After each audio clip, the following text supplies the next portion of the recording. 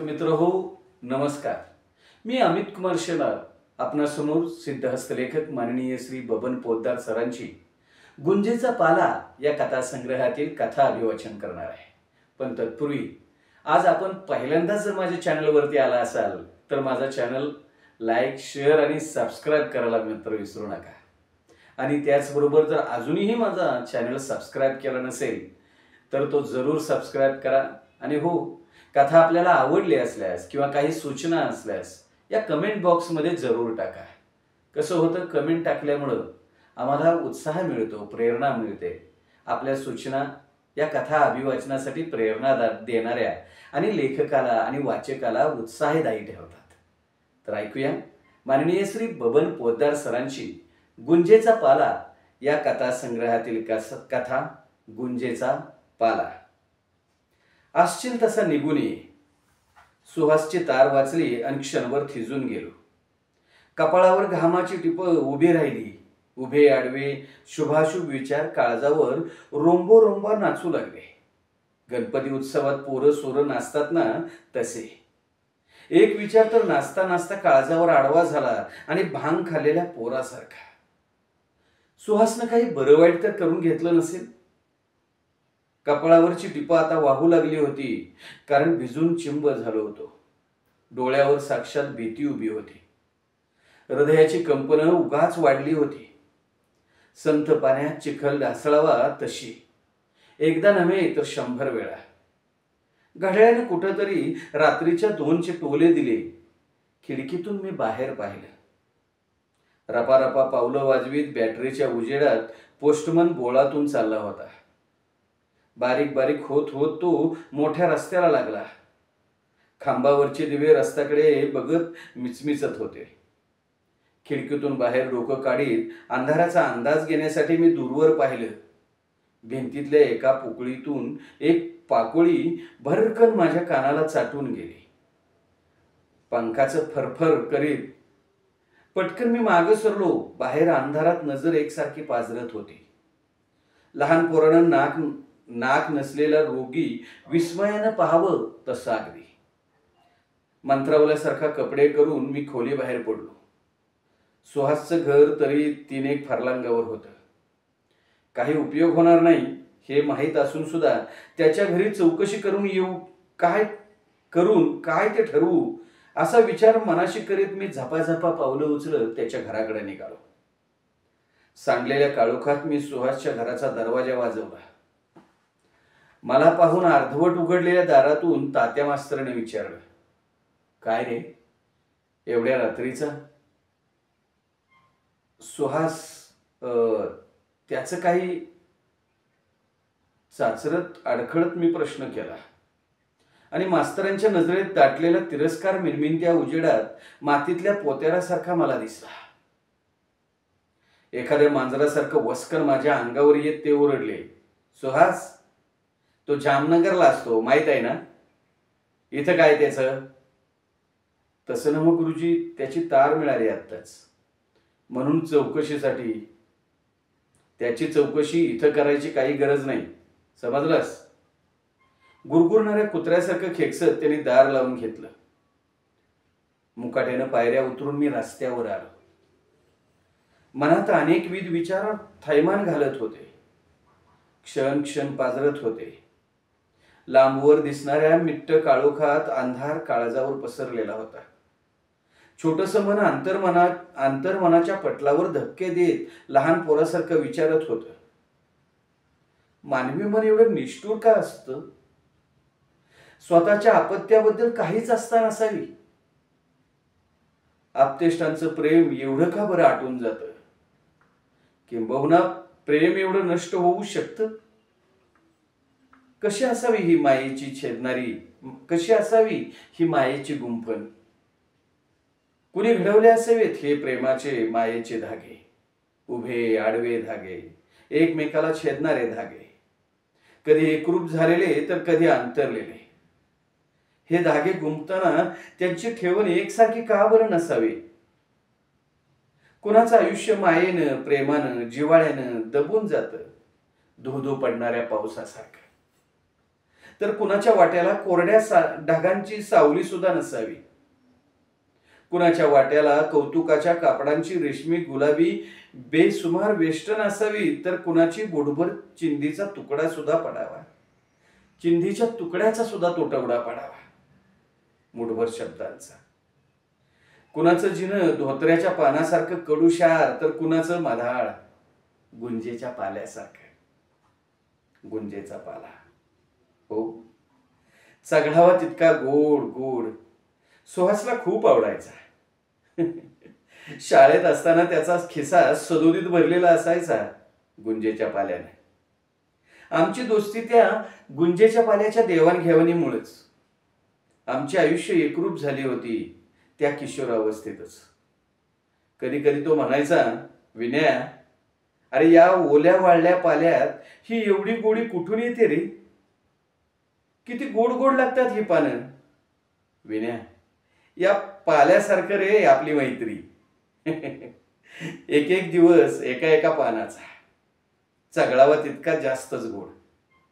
या पानातली गोडी तसाच आपल्या मायेचा ओलावा सुद्धा. मी हसायचो. मग मुद्दाम त्याला म्हटलं, सुहास, नेहमी आपली मैत्री आणि गुंजेच्या पाल्याचं नातं तू सांगतोस, पण खरं सांगू, चावून रंग संपून गेल्यावर राहिलेला चोथा रे आपण. आणि तेव्हापासून गुंजेच्या पाल्याचा चोथा सुहासनं कधीच टाकून दिला नाही. सबंध पाला चगळून चगळून शेवटी तो गिळून टाकायचा. अनेक दुःख सुद्धा गिळले त्यानं. घरी नेहमीच क्लेश. त्याचे वडील शिक्षक होते. चेहरा नेहमी बकासुरासारखा आदाशी. गावात कधी कुणाशी चांगले संबंध ठेवून असतील तर शपथ. नजर सदा वाकडी. शेजारी पाजारी रोजच्या कचकटीला वैतागून जायचे अगदी. सुहासच्या आईचे हाल कुत्र्यासारखे. बिचारी नजरेच्या धाकात असायची अगदी. त्यांच्या एवढ्या सहवासात मी त्या माऊलीला केवळ 2-3 वेळा पाहिलं होतं. एकदा सुहास शाळेत आला नव्हता 8-10 दिवस. त्याची चौकशी करायला गेलो होतो तेव्हा, आणि पास झाल्यावर त्याच्या घरी नमस्कार करायला गेलो तेव्हा दुसऱ्यांदा. सुहास पहिल्या वर्गात मॅट्रिकला आला. आमच्या मैत्रीच्या वाट्यावर आता आणखी एक रस्ता फुटत होता. कॉलेजचं पुढचं शिक्षण घ्यायला तो जिल्ह्याच्या गावी जाणार होता. स्वतःचं भवितव्य शोधित. सांगाती होती नशीब आणि माझ्या घरची माया ओली ओली. त्या दिवशी मी दिवसभर टिपं गाळली. जेवलो नाही. माझ्या आईनं त्याला जेवायला बोलवलं होतं. चारोळे घालून त्याच्या आवडीचं राघवदास तिनं केलं होतं. शेजारी बसून आम्ही 4 घास खाल्ले. जेवलो कसले, पोट भरून रडून घेतलं आणि लहान पोरासारखं ओक्साबोक्सी रडायला लागलो होतो. हुंदके आवरेनात काळीच पिचल्यासारखा तो पुटपुटत होता, आई विनू, आई विनू. तिथं तो हॉस्टेलवर राहणार होता. एक वेगळं भावविश्व अनुभवायचं होतं, थोडंसं सक्तीनंच. नवीन जग, नवीन मित्र. सुहास, कितीही मित्र मिळवलेस तरी या विनूला मी थोडासा कुरकुरलो. पाऊस पडून गेल्यावर वळसणीतून पडणाऱ्या थेंबासारखा. पापणांच्या कडांशी दाटलेले अश्रू त्याला आवरता आले नाहीत. माझा हात हातात घेऊन औंढागिळीत तो बोलला, विनया, या अजब जगात माझ्या मायेचा जीव एकच आहे रे. इथं काळजात. तू म्हणशील या वेडा सुहासच्या काळजातला जीव मग. अरे तो तर तुझ्या मायेचा यार. मला हसू आवरेनात. मी डोळे गच्च मिटून घेतले. धरण फुटल्यासारखे ते अश्रू पुन्हा बाहेर यायला लागले. सुहासला निरोप द्यायला मी आणि आई स्टेशनवर गेलो होतो. तो गाडीत बसल्यावर मला बडबडून आलं. त्याचा घरचं कुणीच आलं नव्हतं. माझी आई त्याच्या कपाळाचा मुका घेत अस्पष्टशी बोलली, सुखी राहा बाळा, वाट संगतीत जाऊ नको.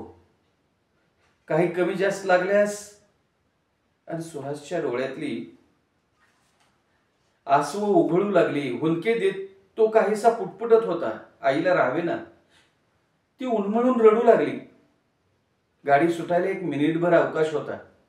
सुहासला काय आठवलं कुणास ठाऊक. बर्थवरची ट्रंक त्याने खाली घेतली आणि ती उघडीत त्यानं त्यातला एक कागदी पिशवी बाहेर काढली. माझ्या हातात कोंबत ओल्या डोळ्याने तो बोलला, विन्या, घे गुंजेचा पाला. मी काही बोललो. त्यानंतर सुहास फारसा गावी आला नाही. शिक्षण कसं बसं चाललं होतं. मी माझा घरचा व्यवसाय चालवत होतो. आठवण झाली की मधून मधून त्याला भेटून यायचो. भेटल्यावर आभाळा एवढा आनंद व्हायचा त्याला. मला कडकडून मिठी मारून तो अर्धा 1 तास तरी अश्रूंना वाट करून द्यायचा. आई प्रत्येक वेळी त्याच्यासाठी काहीतरी करून द्यायची. त्यावर तो तुटून पडायचा. पुढे 2 दिवस खानावळीत जेवायचा नाही. म्हणायचा, विन्या, अरे आईच्या हातचं पिठलं भाकरी खाल्ल्यावर दुसरं काही खायला नको वाटतं रे. एके दिवशी तो आला. तो अचानकच. हातात मोठा पेढ्यांचा पुडा होता. आईच्या पायावर कपाळ घाशीत तो आनंदाश्रू ढाळत होता. माझ्या आणि आईच्या तोंडात पेढा घालत हसून तो म्हणाला, आई, विन्या, अरे मी M.Com झालो. M.Com first class. पेढं दिल्यावर माझ्या हातात हिरवागार गुंजेचा पाला देऊन कितीतरी वेळ तो कॉलेजातल्या गमती जमती सांगत होता. आईच्या डोळ्यांना खळ नव्हता त्या दिवशी. त्याच्याही मुखात त्यानं आणलेले पेढे तिच्याही मुखात आणलेले पेढे घालीत त्याला उठवत, कुशीत घेत त्याच्या केसातून हात फिरवत डोळं पुसत आई बोलली, सुहास, माझा बाळ. आनंदाचे क्षण वाऱ्यासारखे उडून जातात नाही. जेवताना आई म्हणाली, सुहास, आता एकटा नकोस राहू. लग्न करून टाक एकदाच. अरे चांगला संसार थाटून सुखी हो. तुझं घर पाहिलं की काळीज भरून जाईल माझं. एवढीच इच्छा आहे बघ. का कुणास ठाऊक. सुहासचा चेहरा एकाएकी गंभीर वाटला मला. आईला तिनं काही उत्तर दिलं नाही. ओठातच तो कसाबसा हसला. आईला काय बाकीत कळलं होतं कुणास ठाऊक. दुसऱ्याच दिवशी सुहासच्या घरी गाडीभर पाहुणे आले. तात्या मास्तरने त्याच्या लग्नाचा घाट घातला होता. मुलगी पाहायला पण आले होते. बरी होती मुलगी. शहरातली होती. कॉलेजचं शिक्षण झालं होतं. त्याला अनुरूप वाटली. मी सुहासला हळूच विचारलंय, काय रे, काय विचार आहे. माझ्या मुठीत खिशातून काहीसं काढून चिमट कोंबीत तो पुटपुटला, विन्या, तूच ओळख माझं मन आता. मूठ उघडून मी पाहिलं. आत गुंजेचा पाला. सगळं समजलं. तो खुश होता. ती त्याला पसंत होती. एखादी गोष्ट मनासारखी घडली की तो मला गुंजेचा पाला द्यायचा.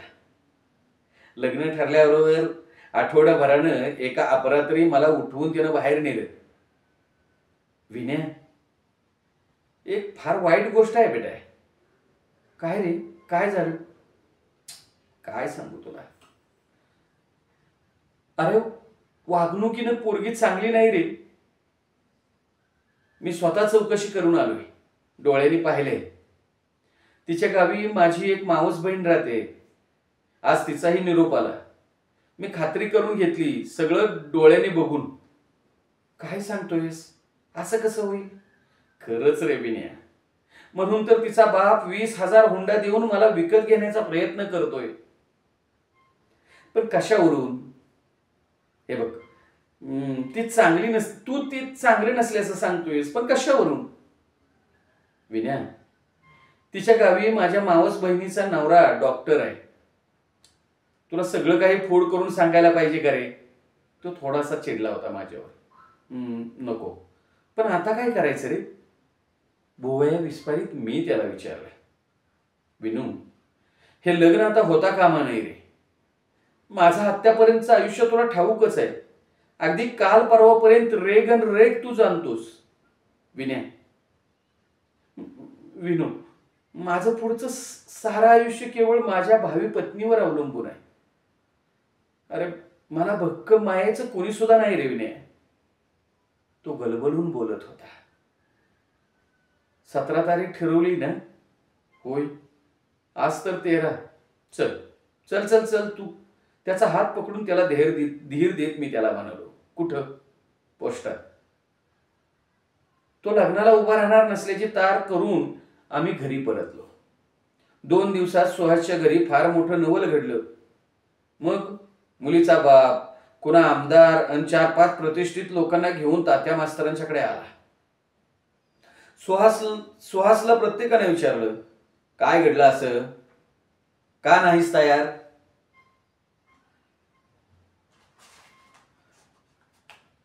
काय झालंय काय? का लग्नाला तयार नाहीस? एका शब्दानं तो उत्तर देत नव्हता. 20,000वर लक्ष ठेवून असलेल्या तात्या मास्तरांनी सगळे पाहुणे आश्वासन देऊन परत पाठवले. घरी आल्यावर सुहासला समोर बसवून त्यांनी दरडावून विचारलं, अरे काय म्हणतायत सगळे? काय झालंय? का म्हणून तशी तार केलीस? तो केवळ थरथर कापत होता. स्पष्ट सांगायचं धाडस होत नव्हतं. बोलणार तरी काय? स्पष्ट बोलावं तर तात्यांनी वाटच लावली असती त्याची. त्याने बायकोला समोर बोलवलं. खिशातून 2 विषाच्या बाटल्या बाहेर काढल्या. सुन्न आवाजात ते माईला म्हणाले, हे घे, विष आहे विष, आपण दोघांनी घ्यायचं. हरामखोराला आता पंख फुटलेत ना. माणसांना तोंड दाखवायची सोय ठेवली नाही मूर्खाने. श्वास रोखून सुहासची आई ते विषारी शब्द ऐकत होती. घे म्हणतोय ना मी. तात्या पुन्हा ओरडले. तात्या. मेलेली नजर आणखी मारीत सुहास कळवळून बोलला, मी तयार आहे लग्नाला तात्यासाहेब.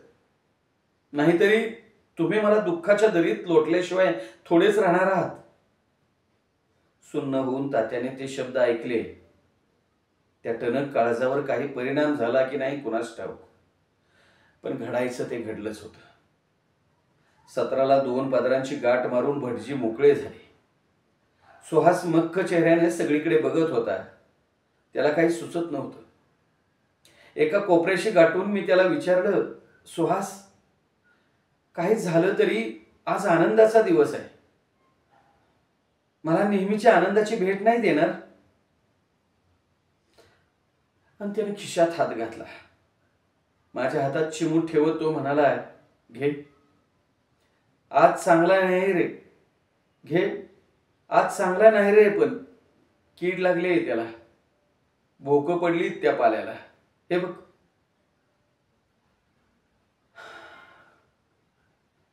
सुहासच्या आयुष्याला कीड लागली तेव्हापासून. निरर्थक आयुष्याला लपेटलेलं उपराट नशीब त्याचं. कधी निर्मळ आनंद ठाऊकच नाही. सारखं काहीतरी विपरीतच. बायकोला घेऊन कसा बसा पण व्यवस्थित संसार त्यानं नोकरीच्या गावी थाटला होता. 2-3 वेळा त्याच्या घरी जायचा प्रसंग आला होता. पण त्याची बायको खरंच बदपहिली होती. नसते क्लब, नको ती मंडळ आणि चित्र विचित्र मित्र मैत्रिणी, त्यातच ती गुरफटून गेलेली असायची. सुहासचं वैयक्तिक जीवन हे असं कोरडं ठणठणीत, कढत कढत वाळूसारखा. ते चटके सहन नाही व्हायचे त्याला. होरपळून गेलेला तो मायेच्या ओलाव्यासाठी कधी कधी माझ्याकडं आईकडे यायचा. त्याला पाहिलं की आई पावसासारखी रडायची. तिचं काळीज विधात्याला हात जोडायचं. सुहासच्या मस्तकावर अश्रूंचा वर्षाव व्हायचा. भिजून गेलेल्या त्याला परत पाठवणं जीवावर यायचं आमच्या. एके दिवशी त्याला पोचवायला स्टेशनवर गेलो. नेहमीप्रमाणे एकटाच होता तो. स्टेशनवर त्याला राहावे ना, मला सोडायला तयार होईना. माझ्या घरी चल. मला तिथं गुदमरल्यासारखं होते रे एकट्याला. खुदक देत तो बोलत होता. काय झाले रे, काय झाले रे आजकाल सुहास तुला? मी त्याच्या डोळ्यात पाहत विचारलं. माझं आयुष्य अगदी कोरडं आहे रे. ओलावा लाभतच नाही कधी. पत्नी मिळाली तिच्याविषयी न बोलणंच बरं. तो एक एक शब्द मोठ्या कष्टानं बोलत होता. त्याला घेऊन मी घरी आलो. त्याच्या बंद दारावरची बेल वाजवली. पुन्हा बेल वाजवू लागलो. सुहासनं डोळ्यानंच नको म्हणून सांगितलं. नजर बाजूला करून त्यानं रुमालानं पापणांच्या कडा पुसल्या, पण त्या माझ्या नजरेतून सुटल्या नाहीत. 15-20 मिनिटांनी त्याच्या बायकोनं दार उघडलं. आम्ही आत गेलो.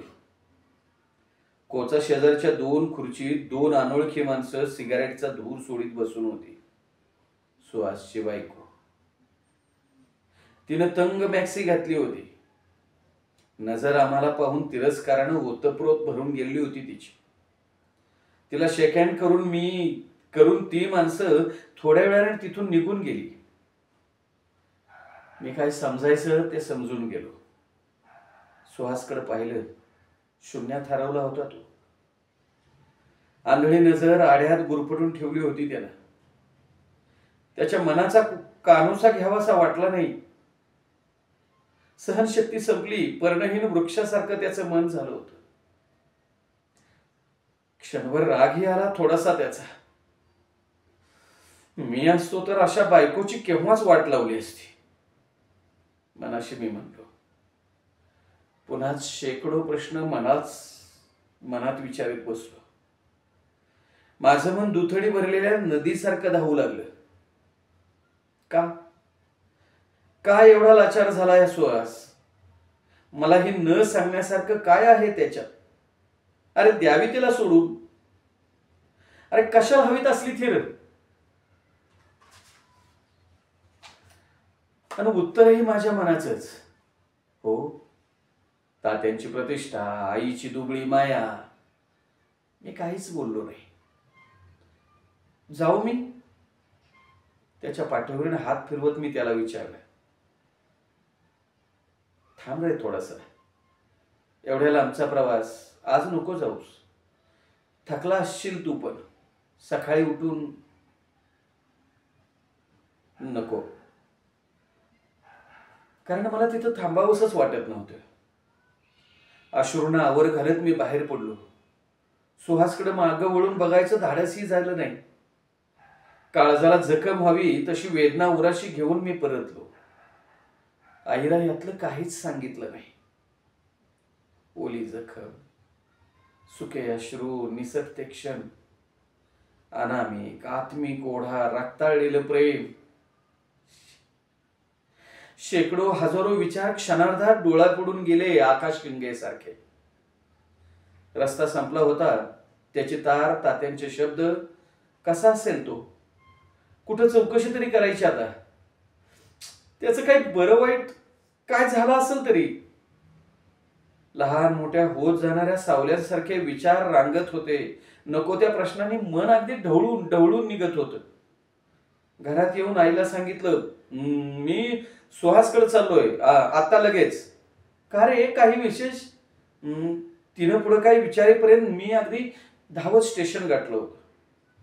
त्याच्या गावी आलो. सुहासचं घर बंद होतं.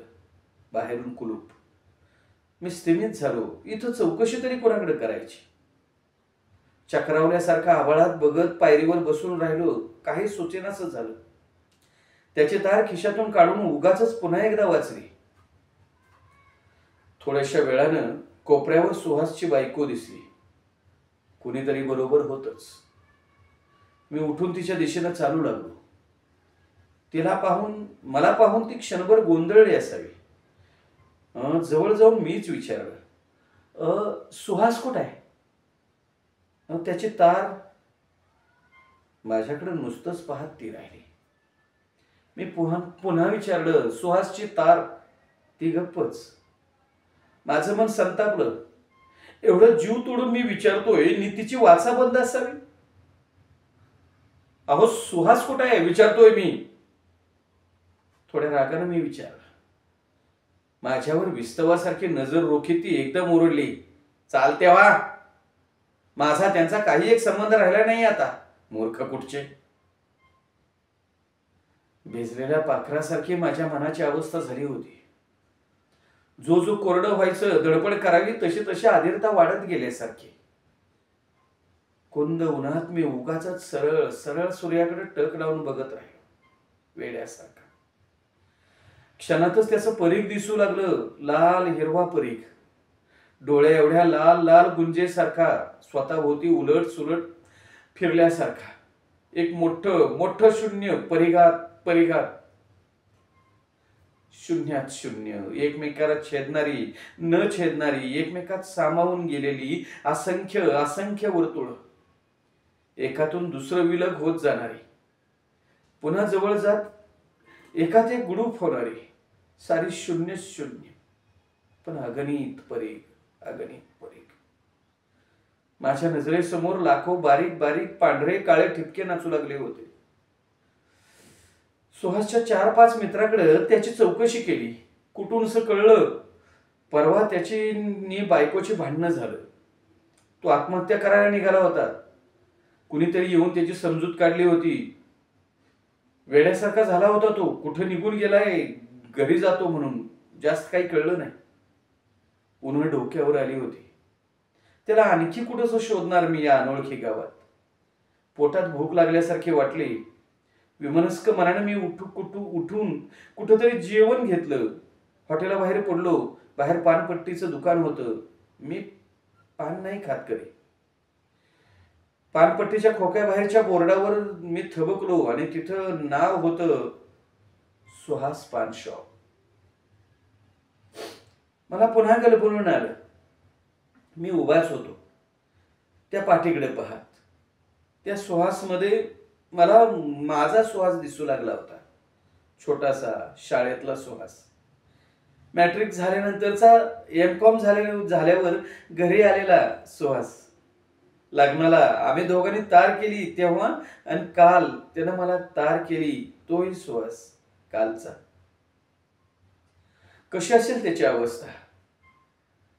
मला तार करते वेळी का लिहिलं असेल तसं त्यानं तारेत. का बोलवलं असेल त्यानं मला इथं एवढ्या तडकाफडकी. काहीच समजेना. डोळे डबडबून आले होते.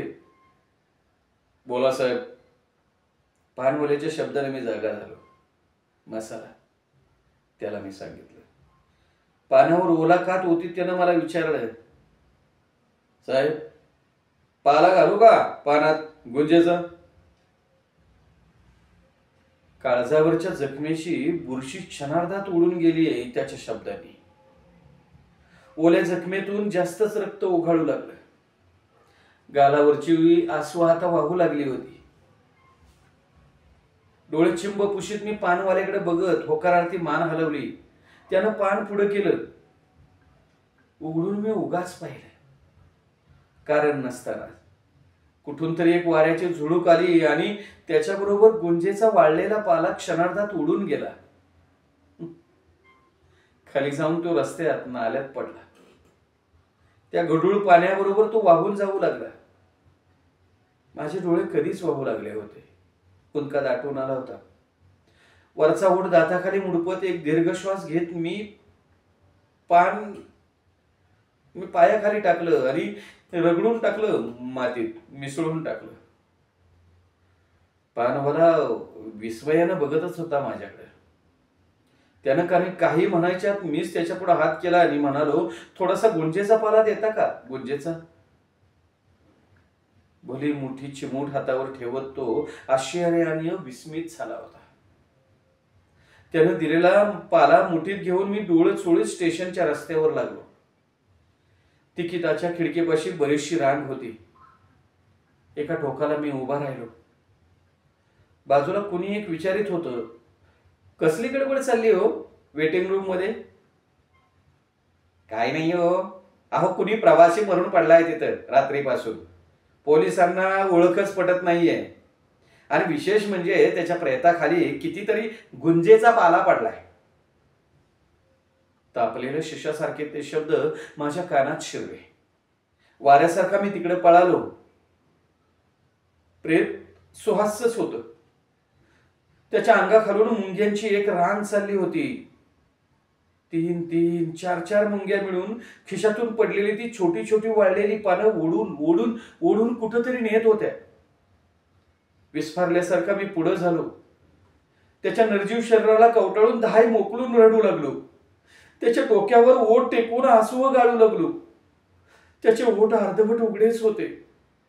माझ्या शरीराला आणि काळजालाही असंख्य असंख्य लाल लाल मुंग्या डसत होत्या एकसारख्या.